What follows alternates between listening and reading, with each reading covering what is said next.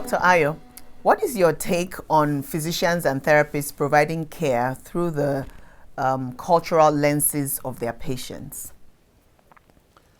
Well, Dr. Tade, thank you for that question. You know, one of the things that happen is both physicians and patients have to learn each other's culture. Of course, we as physicians and as the providers of care, we are in a position to open our minds more and try and understand the culture of the patient and know it even before we see the patient. So, which means that we have to have a diverse of cultures in our minds even before we see the patient. So by the time I am seeing somebody from Cincinnati, I already know how the people from Ohio behave. By the time I see someone from Alabama, there are certain qualities that I already have on mind of people from Alabama. By the time I see a South African, a North African, you know, I see a North African and I'm already behaving like I'm in Arabica, you know, that's, you know, so those are some of the things, some of the knowledge that we as physicians or providers, that's whether you're a medical doctor or you're a therapist, that you should have put in you the same way that you put medicine and psychiatry in you before the patient gets in there, so that you're not making the decision based on your own typical personality. Yeah, thank you so much for that insight. You know, for me personally, one of my best doctors is an Indian lady that delivered my baby, and you know, we just really hit it off so well, and she understood me perfectly. I understood her.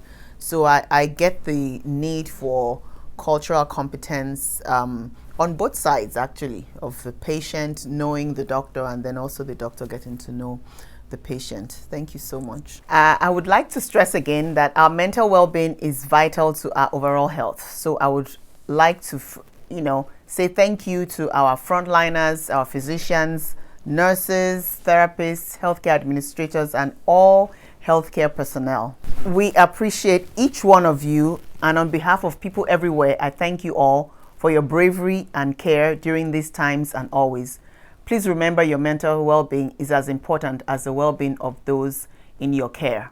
The following are tips from the CDC for healthcare personnel on how to cope with their mental health during this pandemic. Communicate with your co-workers, supervisors, and employees about job stress. Remind yourself that everyone is in an unusual situation with limited resources. Identify and accept those things which you do not have control over. Recognize that you are performing a crucial role in fighting this pandemic and that you are doing the best you can with the resources available. Increase your sense of control by keeping a consistent daily routine when possible. Examples of this include try to get adequate sleep, make time to eat healthy meals, take breaks during your shift to rest, stretch or check in with supportive colleagues, co-workers, friends, and family. When away from work, get exercise when you can. Spend time outdoors, either being physically active or relaxing. Do things you enjoy during non-work hours.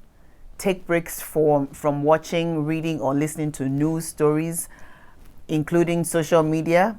Hearing about the pandemic repeatedly can be upsetting and mentally exhausting, especially since you work with people directly affected by the virus. If you feel you may be misusing alcohol or other drugs, including prescriptions, ask for help. Engage in mindfulness techniques such as breathing exercises and meditation.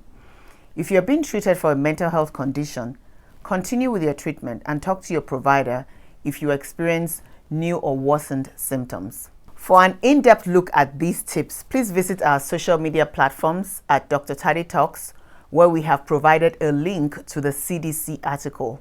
To the Africans in diaspora, please remember it is important that we seek out treatment to help us as we seek to resolve and manage our mental health issues. As I mentioned, most of the challenges we face regarding our mental health are unique to our communities. When possible, let us seek out treatment that addresses those unique challenges within our communities. The following are questions you may ask your licensed therapist or even your family physician, like Dr. Ayo. These questions can be found on the website of the NAMI, which is the National Alliance on Mental Illness. These questions help to ensure therapeutic alliance between you and your doctor. You should ask doctors when you're meeting a doctor for the first time. You want to know if they have treated other Black people or received training in cultural competency for Black mental health. So these are questions that you need to ask any doctor at all. And seeing a doctor, you don't really have to see a Black physician. If you prefer a Caucasian or someone from another race, then it's important that you ask them if they have competency in Black mental health. It's very important. If not, you could also ask them, if not, how do you plan to provide me with culturally sensitive, patient-centered care? So don't be afraid to ask questions like this to doctors, because it's very important that you form a therapeutic alliance with the provider that you are seeing, and that is developing a good rapport. That's basically what a therapeutic alliance means. Another question you can ask a doctor that you're meeting for the first time is, how do you see our cultural backgrounds influencing our relationship? So if maybe you went to a Caucasian doctor and you're feeling a little bit uneasy that maybe they don't understand your culture, there's certain things you want to discuss with them, you can feel free to ask, find out, how do you see our cultural backgrounds influencing our our relationship as patient and doctor. And the truth is that some people really do not have that cultural competence, even though we should get, because as a doctor, as a provider, we're supposed to be able to see anybody from any race. But if you're going to do that, then you need to have cultural competency. So it is, well within your rights to ask these questions. NAMI.org states how important it is that you feel heard and respected. They state that the relationship and communication between a person and their mental health provider is a key aspect of treatment. They go on to say that it is very important for a person to feel that their identity is understood by their provider in order to receive the best possible support and care. The following questions are questions they have suggested you may want to ask yourself to help you make the best choices in the care you are receiving. For example, did my provider communicate effectively with me?